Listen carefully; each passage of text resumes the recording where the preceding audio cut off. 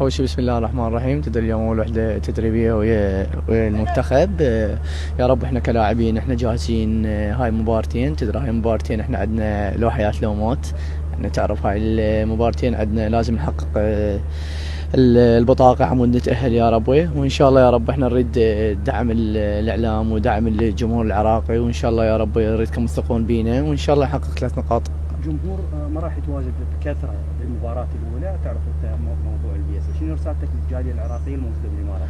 اول شيء يعني انا ما اتوقع الجمهور ما يجي، لان احنا وين ما نلعب الجمهور العراقي يجي، بس تدري يمكن على مود البطايق وهيجي اي الفيزا. اتمنى يعني الموجودين هناك بالامارات بدبي يحضرون المباراه ويشجعون المنتخب، وان شاء الله يا رب احنا نكون على حسن ظنهم. من عندك حسن، كل مره لما تكون وعود انه من اللاعبين او من الكادر الاداري من الناس المسؤوله لا جديد، شنو الوعود اللي وعدوكم بها؟ لا شنو الوعود اللي وعدوكم بها الجمهور العراقي؟